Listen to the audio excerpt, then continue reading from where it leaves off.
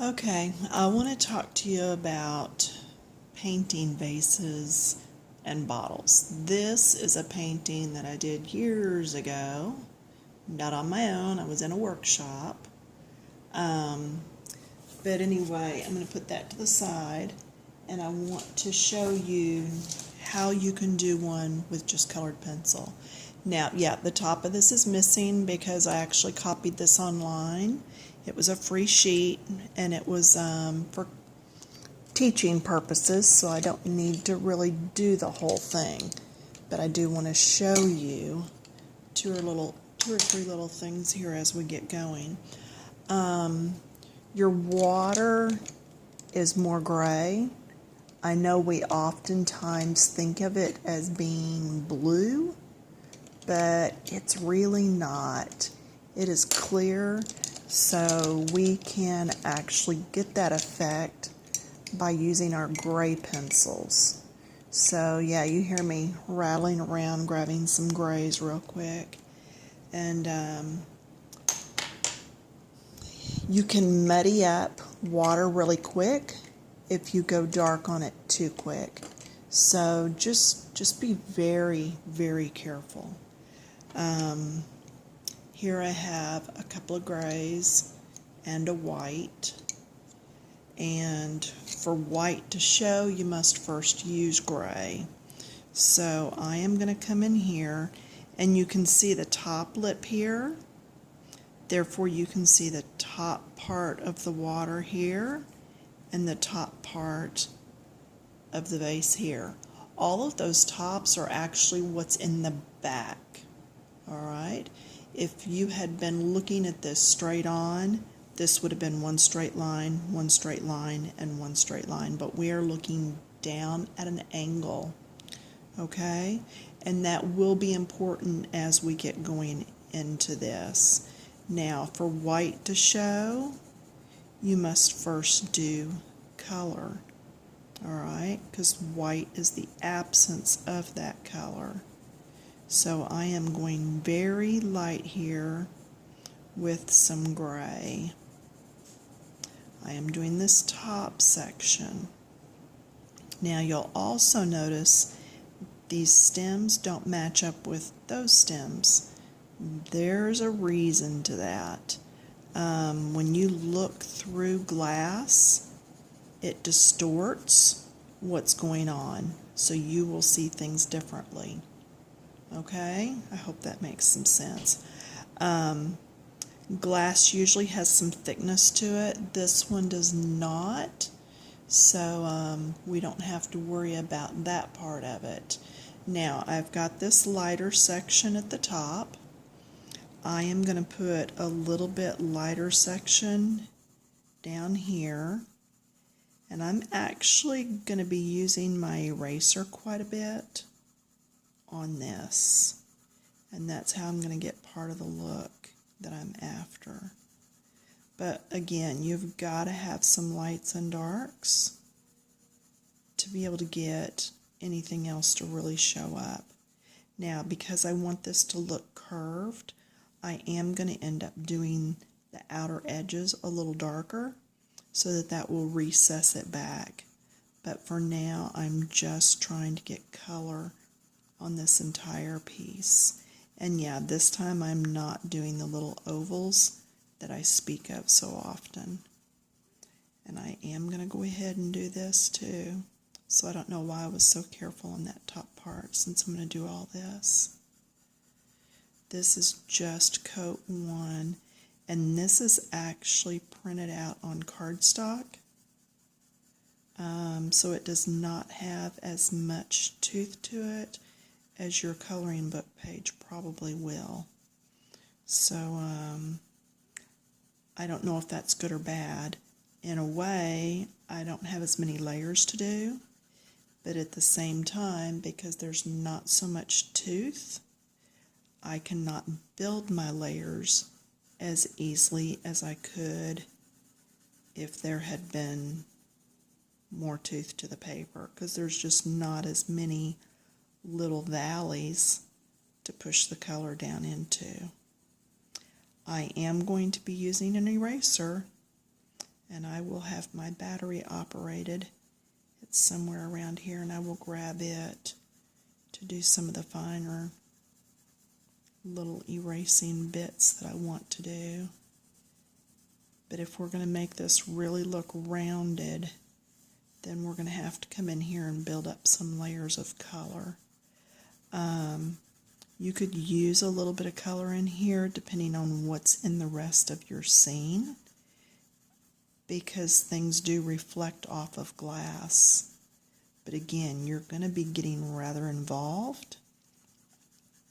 This is for the person that's just doing coloring books, that just wants to get a vase looking like it's got some reflection. Okay, this is not for somebody that's doing some ginormous piece that they want to save forever or pass down through the ages and all that. This is just something very basic, very simple. Okay, now all of that is gray. I'm going to zoom in. Okay, can you see that? There's all the gray. There, it's focusing again. All right, now I'm going to come in with the darker gray, and I am going to turn this so that it will be easier for me. This is in the back, so it is going to have a little deeper gray to it because you're looking through the vase at it. Does that make sense? I hope so. So this will be a little darker back here because we're looking through the vase. Okay, we can also put a little bit right up here. We'll also come down here and put a ridge of this here. Do you see how that suddenly looks like it's inside the vase? That line was not there before. We're also going to do a ridge here in front of that one. That just secured our base. Okay, I did this line in the front, and then I did this one here in the back. And I think I've got you so close that it's blurring. So I'm going to back you up a little. I wanted you to really be able to see that, but not if it's going to be blurred. Then that doesn't do anything to help. Okay, so again, I added this line here, and then I added this line here, and that gave us a base. All right, I'm going to add a little bit of darker color here. I'm going to follow the sides of the vase, and this is what's going to help it to actually sit here instead of looking like it's just floating around. Okay, this is a little darker, and now I am in my swirls. We want this a little darker because it's wrapped around to the side of the vase. So this is going a little darker. All right, hang with me on this. We'll get through this. It's not one of the easier things to do, but if you'll break it down, it's not real hard either. It just takes a little bit of time. In fact, this kind of reminds me of the bird bath that we did on that little picture with the birds out in the garden. Okay. We did darker, and then we went lighter to blend, and it made it look like it was recessed. So what we may do is just do one side of this, and that way you can compare it to the other side. Back on my ovals. Blending right into that first color. You can blend into the first color as long as you're using a lighter color on it. I just want to be sure I get this curved, so that's why I have gone to long strokes. Okay? Now, let's take and move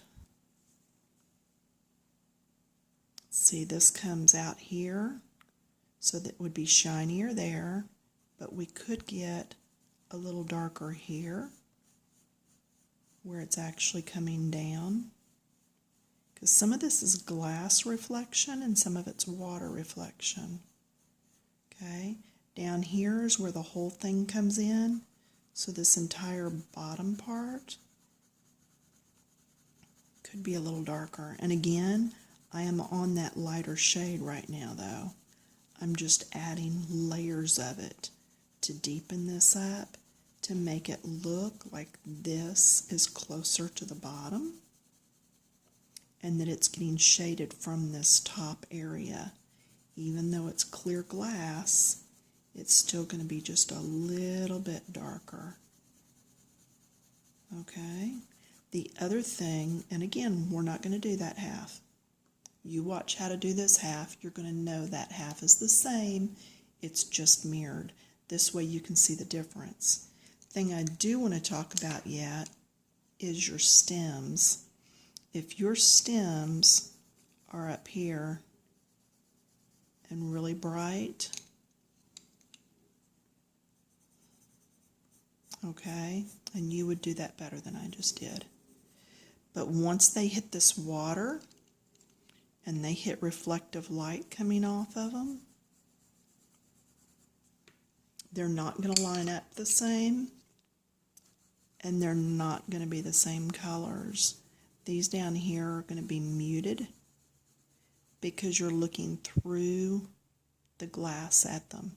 Now, this coloring page, the artist put this all the way over here, and this is all the way over here. I do not agree with that, but that's the way they did it. So that's how I just colored it. I would have put them just barely off like this is. Okay? But your stems will not line up. And in fact, what this may be is a reflection on the back of the vase of these stems over here, which really, now that I look at it, makes a whole lot more sense. So, do neater than I am, but I just want to show you how these would come up. And again, I'm just grabbing some different greens. Your duller greens are going to be down here in the water. Your brighter greens are going to be the ones up here. And then I do transition from one to the other. Okay? But anyway, we're not wanting to concentrate on that. We want to concentrate on the water. So let me put all these greens down and let's go back and finish up this vase. I just wanted to go ahead and hit on this part because it is a part of it, and you need to know that when you're doing this, that your stems in the water will be more muted. You could even go over them with your gray to mute them back some. That would be fine. And there is a little shadow area around each one of these stems. Okay, just pick which side you want it to be. Mine's on the right and across the bottom. Alright, put your shadows in there. Then we're going to come up, and I'm going to make this more comfortable for me. I'm sorry. I'm going to come in with light, because that water would be having some reflection on it. And then back here where I darkened it early on, I'm going to bring that forward a little. And what it does is just recesses all that to the back. Now, see this dip?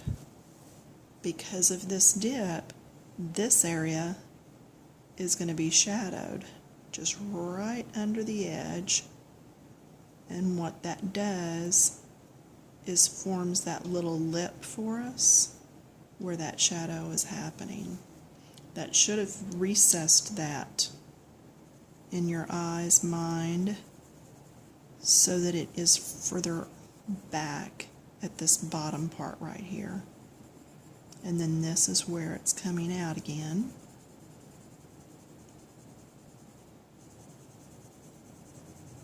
And I did get that a little dark, so remember, stay lighter, stay lighter. You You can do it. Just take your time with all this. But that does make it look more like a little recessed area where it just kind of goes in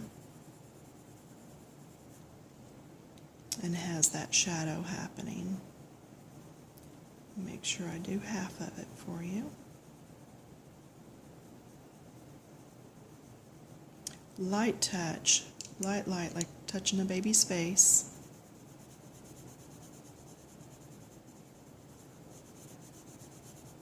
I always have a problem with making my darks dark enough and my lights light enough. If you can squint your eyes and not see any kind of difference at all, then your darks are not dark enough and your lights are not light enough. Okay? So coming back in here and just adding a little. Okay, I'm going to do the same thing back down here. I'm going to come in this way. Give this a little bit of weight to it because it is the bottom.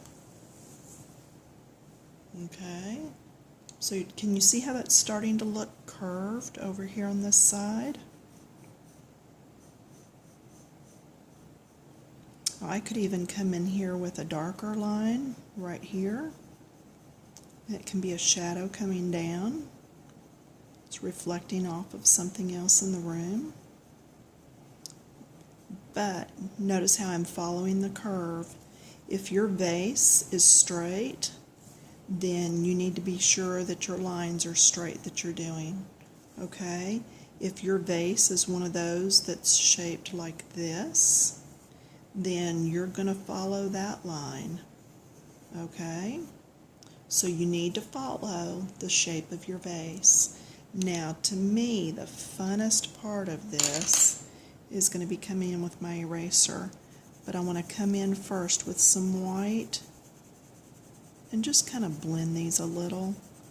And if you see that it's not really making any difference, that you were pretty well blended to start with, then don't worry about that so much. But I just like to make sure that it's well blended. Okay, now for the eraser. This is the fun part. Alright, so we've got our vase. And yeah, it's grayed, but I'm telling you, water is clear, and if you do it in any other color, it's probably going to look like you put food coloring in your water. Alright, so this sounds like a weed eater, and it's dirty on the tip, so I'm going to clean that. Did you see how I did that? Edge of my fingernail. And just took that color right off. Alright, yeah, that's why my fingernails always look so bad. I do so much crafting. Okay, so I'm going to come in here with the tip. I'm going to stand it up. I'm going to come across this. Do you see that? See that white line? Okay, I'm going to do another one. I want this part to look more curved. So I'm going to come across, make sure I curve it. It's just easier for me to take the color off at the end than to try to go around everything while coloring. You see that big shine mark? I'll put one through here. This will show up a lot more for you because I've got it so deep. Leave some of the dark in there. I know it's too much fun. I get started playing here. Maybe there's a shine right back here. Always do the taking off at the end because this does pull the tooth out of your paper. Depending on how hard you press. Tell my husband, I said, I'm going to do the weed whacker because it does kind of sound like a weed eater as you get going with it. He'll just laugh. Silly woman. Yeah, I am. Anyway, So I hope this helps. There won't really be a shine going around that way in the back because the water in the front is more or less going to take care of that. There would be another shine though coming along this side. Now I didn't do all the shading, but it would come up through there. You could do another shine. If I didn't want to have that being so perfect, I could actually do a jaggedy shine down this side and it might look even more natural. Okay, now this sharpener is from Amazon and you can tell it's an import. Now I got this one at Daiso, and it's a little Japanese store that we have around here, and I love it. It is equivalent to a Dollar General. Everything starts at $1.50, and then I currently have one. Oh, and I only paid $1.50 for this one. I paid $4.99, I think, for this one when they had a flash sale. And I am still waiting to get one in from AliExpress, and then I will do a big compare on all three of them. But anyway, and don't brush your fingers across your art like you saw me do. Use a brush. Get you a big fluffy brush from the Dollar Tree or somewhere. One of those makeup brushes for blush, and it will really clean off your paper without smearing anything around. But anyway, let me see if this will stay focused if I bring it up closer. So hopefully this will help. And really, we could have put even more shine because I love my shines. You could put more shine right here at the water. It would be inside. Okay, and that's just going to give you more of that rounded look in there. We already did the back, we did the front there, we did the lip, we did the side and that, and the front along here. I think that's really got it. I could come in here and do just a little more. Oh, something else that we could do real quick. Let's do reflective light. Or a reflection. Now a lot of times I've been telling you reflections are purple, and a lot of them are, but I don't want to make this purple and in your face. The reflection on this is going to be the same shape, the exact same shape as the vase itself. So it's going to come up like this. Now normally you wouldn't go that far up. You would have it fade out before you got that far. Okay, so just let it fade to nothing. This is where I should brush all that off. But yeah, just fade it out, let it be deeper up close. Okay, but the thing I want to show you is as you're putting this reflection in, don't forget, and you have to ignore that line right there, that's where the picture actually stopped that was online that I took this from. When you get that in, don't forget you have reflection of the glass on your surface. So get that put in, okay? And one might be up here taller, and then one of them down here closer, okay? So really work on that reflective light. Get you a glass, fill it with some water and look at it. When I did the video on water droplets, told everybody just get some water droplets next time you're in the shower and watch them run down the side of the shower, how they shape, how they reflect. So anyway, all right, well that's it. One of the ladies over on the coloring book site on Facebook had asked for this, so I hope it meets with her expectations. Coloring books, keep it clean. Ladies over there, hope you're having a good one. If you don't subscribe, please do. Bye.